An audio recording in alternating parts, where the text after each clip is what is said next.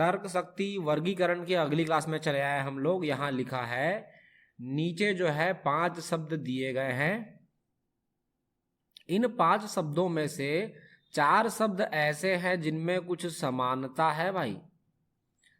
ये 5 शब्द हमको दिखाई दे रहे हैं, इन 5 शब्दों में 4 शब्द ऐसे हैं जिनमें कोई समानता है और ये चारों मिलकर के एक समूह का निर्माण कर लिए हैं। लेकिन कोई एक ऐसा है, उसी की छटनी करनी है हमको, छांट के अलग करना है, वही करेक्ट आंसर है। और तो जो अलग है वही करेक्ट आंसर है। तो चलो क्वेश्चन ऑब्जर्व करते हैं। पहला क्वेश्चन ले रहे हैं हम लोग, ऊंट, घोड़ा, बैल, बिल्ली, गधा। ये बैंक में पूछा गया सवाल है और इसका करेक्ट आंसर क्या हो सकता है सोचेंगे हम लोग। कोई 4 जो है उसको सेलेक्ट करना है जिनमें एक समानता है। शाकाहारी और मांसाहारी के आधार पर अगर हम इसको वर्गीकृत करें, शाकाहारी जीव, ऊंट जो है एक शाकाहारी जीव है, घोड़ा भी एक शाकाहारी जीव है, बैल भी शाकाहारी है और गधा भी शाकाहारी है। इस समूह से अलग जो बैठा है वो बिल्ली, बिल्ली जो है एक मांसाहारी प्राणी है। तो करेक्ट आंसर यही हो जाएगा, ये हमारा करेक्ट आंसर हो जाएगा। और बाकी सभी जो है ये आंसर एक समूह में, ये जो बाकी शब्द है वो समूह शाकाहारी में बिलोंग करते हैं और बिल्ली जो है मांसाहारी से है, इसलिए यही करेक्ट आंसर हो जाएगा। आगे बढ़ते हैं अगले क्वेश्चन पे। अगला क्वेश्चन देखते हैं, कुत्ता, बिल्ली, घोड़ा, भैंस, जिराफ। इस क्वेश्चन में शाकाहारी और मांसाहारी वाला कहानी फिट नहीं हो रहा है। क्यों भाई? शाकाहारी ऑब्लिक मांसाहारी। तो यहां पे देखेंगे तो कुत्ता और बिल्ली तो मांसाहारी हो जाते हैं और ये दोनों फिर शाकाहारी भी हैं। लेकिन हमको 4 में से एक सेलेक्ट करना है, 4 में से एक सेलेक्ट करना है। तो ये शाकाहारी और मांसाहारी वाला कहानी तो भैया इसमें फेल हो गया। 4 में समानता रहेगा और एक अलग रहेगा, उस एक अलग को सेलेक्ट करेंगे। तो भाई कुत्ता, बिल्ली, घोड़ा और जिराफ, इन सभी जीवों का सींग नहीं होता, सर पर सींग नहीं पाया जाता। लेकिन भैंस बस एक ऐसा जीव है जिसके सर पे सींग होता है, इसलिए करेक्ट आंसर हो जाएगा ऑप्शन नंबर डी, भैंस।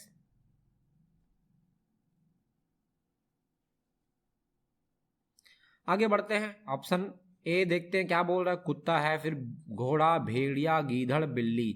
यहां पर हम ध्यान से देखते हैं तो फिर अगर हम शाकाहारी और मांसाहारी वाला लॉजिक लगाए तो हमको यहाँ पे थोड़ा तर्क शक्ति लगाना पड़ेगा। तो थोड़ा सा रीजनिंग के क्वेश्चन है तो तर्क लगाना पड़ता है कि क्या इसका करेक्ट आंसर होगा। हम देख रहे हैं कुत्ता, घोड़ा, भेड़िया, गीदड़, बिल्ली। यार कुत्ता जो है ये तो कुत्ता जो है मांसाहारी जीव है एक्चुअली।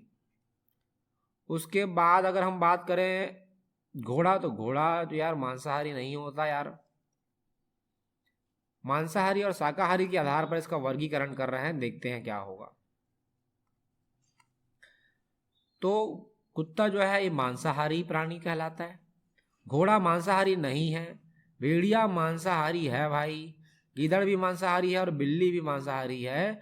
तो ये घोड़ा जो है ये करेक्ट आंसर हमको दिखाई दे रहा है, समूह से अलग है ये, और यही जो है रिक्वायर्ड आंसर होगा घोड़ा। अगले सवाल पे चले आते हैं और ये क्वेश्चन जो है बैंक एग्जाम में पूछा गया था भाई।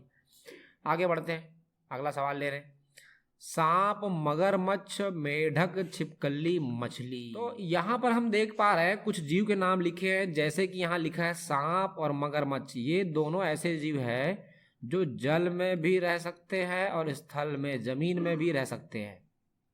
जल में भी, स्थल में भी, सांप और मगरमच्छ।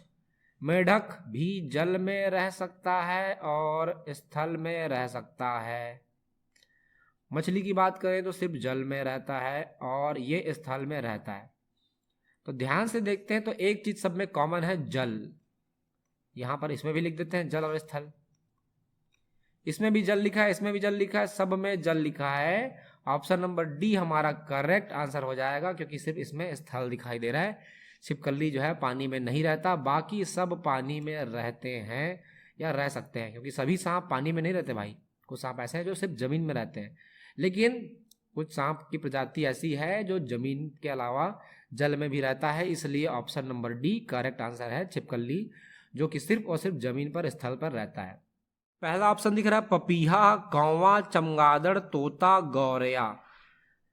तो ये सब चिड़िया पक्षी के नाम यहाँ पे दिखाई दे रहे हैं। और हम अगर इसमें वर्गीकरण करें रात और दिन के आधार पर, रात और दिन के आधार पर इसका वर्गीकरण करें तो यार ये जितने भी हमको दिखाई दे रहे हैं यहाँ पर पपीहा, कौवा, तोता, गौरैया, ये सब दिन में ज़्यादातर दिखाई देते हैं। चमगादड़ ऐसा पक्षी है जो रात के समय दिखाई देता है, इसलिए चमगादड़ जो है करेक्ट आंसर हो जाएगा। अगला सवाल जो कि बैंक एग्जाम में पूछा गया क्वेश्चन है, पत्ता, फूल, टहनी, पराग, जड़। सोचना पड़ेगा हमको क्या हो सकता है, ऑब्जर्व कर सकते हैं हम लोग। यहाँ पे करेक्ट आंसर पराग को लिखा है, पराग। और रीजन ये दिया कि पराग को छोड़कर जो है सभी के सभी पेड़ के भाग है, पेड़ के भाग है, जबकि ये जो है ना पुष्प के भाग होते हैं। पराग जो होता है पुष्प का भाग है, पत्ता भी पेड़ का भाग है, फूल भी पेड़ का भाग है, टहनी भी पेड़ का एक भाग है, जड़ भी पेड़ का एक भाग है, लेकिन पराग जो है एक फूल का एक छोटा सा पार्ट होता है, इसलिए इसको correct answer option number D दिया गया है। ऐसे सवाल जब आते हैं तो यार थोड़ा सा सवाल पेचीदा हो जाता है, सोचने में दिमाग लगाना पड़ता है कि क्या होगा इसका करेक्ट आंसर। चलो चले आते हैं अगले सवाल पे। फल, फूल, पत्ती, पंखुड़ी, वृक्ष। बताओ, थोड़ा सा अजीब सा क्वेश्चन है, उसका आंसर क्या है? वृक्ष है। आंसर कैसे वृक्ष बता रहा है, इसमें लिखा है कि ये सभी जो है ना वृक्ष के भाग होते हैं। फल कहाँ पाया जाता है? वृक्ष में। फूल कहाँ पाया जाता है? वृक्ष में। पत्ती कहाँ पाया जाता है? वृक्ष में। पंखुड़ी कहाँ पाया जाएगा? वृक्ष में। जबकि इसके पहले वाले क्वेश्चन में तो पंखुड़ी को पराग था एक्चुअली। हाँ, वृक्ष जो है वृक्ष में कैसे पाया जाएगा? कुछ लोग बोल रहे हैं वृक्ष में लिख देंगे, वृक्ष ऐसा पेड़ बना रहेगा, उसमें हम वृक्ष लिख देंगे, बोल देंगे वृक्ष में वृक्ष पाया गया। तो थोड़ा सा पेचीदा क्वेश्चन था, चलो कोई दिक्कत की बात नहीं है, आगे बढ़ते हैं। पत्ता, फूल, फल, कली, जड़।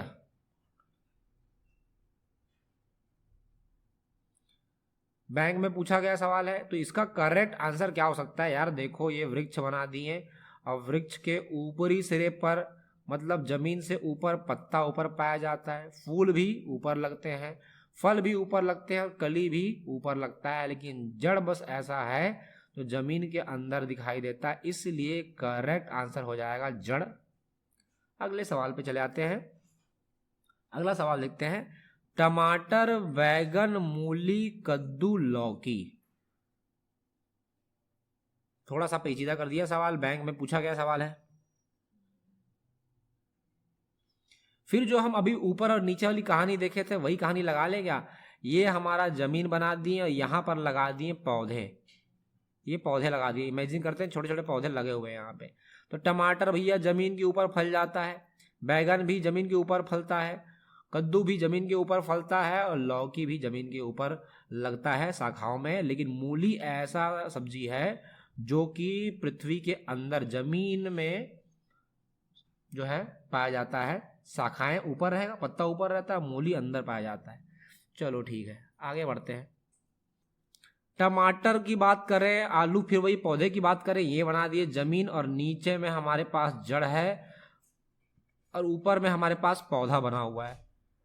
तो टमाटर जो है जमीन से ऊपर पाया जाता है, आलू जो है जमीन के नीचे पाया जाता है। भाई जमीन के नीचे पाया जाता है, ये लिख देते हैं जमीन के ऊपर पाया गया, ये जमीन के नीचे पाया गया। गाजर भी जमीन के नीचे कंदमूल फल है, अदरक भी जमीन के नीचे पाया जाता है और हल्दी भी जमीन के नीचे पाया जाता है। अब यार थोड़ा सा सामान्य ज्ञान की बात है, अब अदरक और हल्दी का नहीं पता तो जान लो, सीख लो। अदरक और हल्दी भी जमीन के नीचे उत्पादित किया जाता है, जमीन के नीचे उत्पन्न होता है, कंदमूल है वो। तो करेक्ट आंसर हम देख पा रहे हैं ऑप्शन नंबर ए, टमाटर, जो कि जमीन के ऊपर पाया जाता है। आगे बढ़ते हैं। गेहूं, धान, ज्वार, चावल, सैमासी। बैंक में पूछा गया सवाल है। तो गेहूं एक तरह का अनाज है, अनाज में काउंट होता है। धान को भी, धान के अंदर चावल पाया जाता है, धान भी एक तरह का अनाज है। और ज्वार, बाजरा जो होता है ये भी एक तरह का अनाज है और ये भी अनाज है। लेकिन सैमासी एक तरह का तिलहन फसल है, तेल निकालने का काम चलता है इससे, तो इसको हम बोल देते हैं तिलहन फसल, जो कि करेक्ट आंसर सैमासी दिखाई दे रहा है, जो बैंक में पूछा गया सवाल है। अगला सवाल लेते हैं, एलआईसी में पूछा गया सवाल, गेहूं, बाजरा, धान, ज्वार, तिल। सेम क्वेश्चन सामने जो दिख रहा है 11वां, सेम सवाल यहाँ पे कॉपी कर देते हैं। गेहूं अनाज है, बाजरा भी अनाज है, धान भी अनाज है, ज्वार भी अनाज है, लेकिन तिल जो है एक तिलहन फसल है। तेल निकालने का काम चलता है, तिलहन फसल है। एलआईसी में पूछा गया सवाल, तो ऑप्शन नंबर ई जो है हमको करेक्ट आंसर दिखाई दे रहा है। अगला सवाल लेते हैं, गेहूं, बंद गोभी, खाद्य, बैगन, चावल।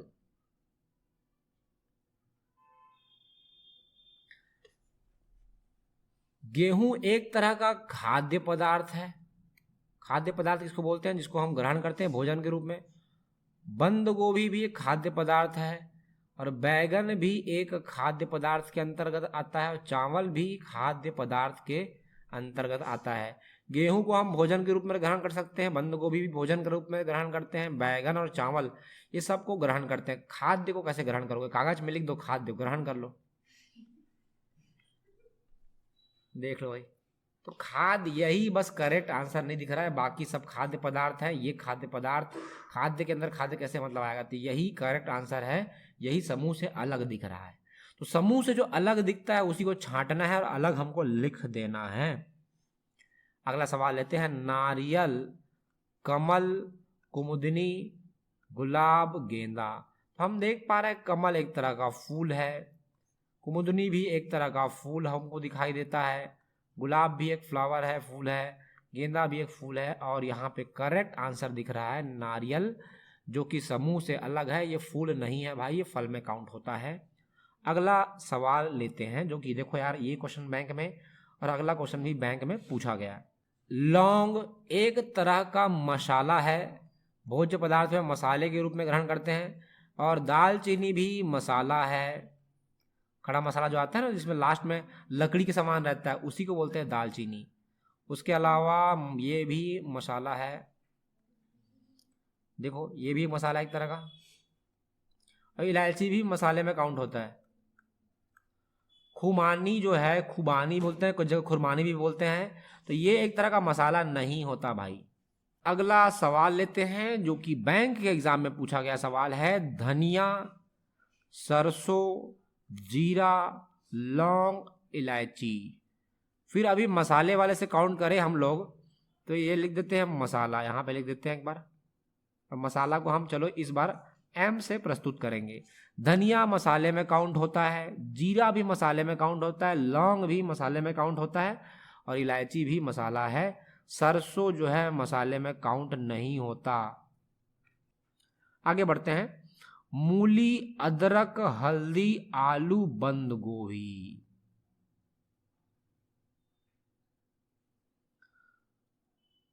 तो अगर वो जमीन से उत्पन्न होने वाले पौधे इस तरह की बात करें तो क्या होगा? जमीन से नीचे और जमीन के ऊपर। मूली जो है जमीन के नीचे पाया जाता है, तो इसको हम लिख देते हैं अंडरग्राउंड, और उसको लिखेंगे ऊपर वाले को अपर साइड। तो मूली जो है अंडरग्राउंड, जमीन के नीचे, अदरक भी अंडरग्राउंड है, जमीन के नीचे, हल्दी भी जमीन के नीचे, और आलू भी जमीन के नीचे पाया जाता है। बंद गोभी भैया अपर साइड, ऊपरी भाग में पाया जाता है। तो ये चारों एक समूह के अंतर्गत आ गए, और ये समूह से बाहर है, मतलब यही करेक्ट आंसर है। आगे बढ़ते हैं, चलो अगला सवाल लेते हैं, बंद गोभी, लौकी, बैगन, कद्दू और टमाटर। थोड़ा सा पेचीदा सवाल है ये। जमीन के ऊपर और नीचे बात करें तो सब के सब तो जमीन के ऊपर होते हैं यार, कोई जमीन के नीचे नहीं होता। और करेक्ट आंसर लिखा है कुछ ऐसा कि बंद गोभी जो है ना एक तरह का कली है, और बाकी सबका ना फल होता है, फल पाया जाता है। बंद गोभी यार एक तरह का बंद गोभी मतलब क्या? खूब सारे पत्ते होते हैं ना उसमें, तो कली मान लेते हैं, पत्ता मान लेते हैं। लेकिन लौकी एक तरह का फल है। फल मतलब एप्पल वगैरह नहीं बोल रहे हैं, फल मतलब समझ पा रहे हैं क्या बोल रहे हैं? फल मतलब क्या? जैसे देखो ये टहनी निकला, यहाँ से कुछ शाखाएं निकली, और शाखा निकलने के बाद ऐसा फल लगता है। कौन? टमाटर भी, कद्दू भी वैसी लगता है, बैगन भी लगता है, लौकी भी लगता है।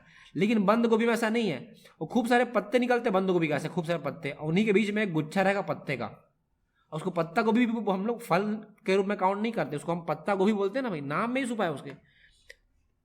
बंद गोभी, फूल गोभी, पत्ता गोभी, ये सारे के सारे कली में काउंट होता है, कली।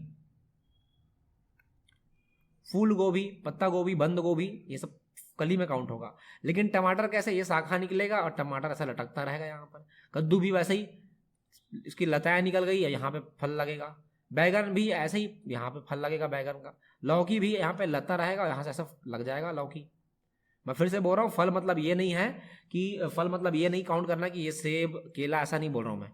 आई थिंक समझ पा रहे हैं।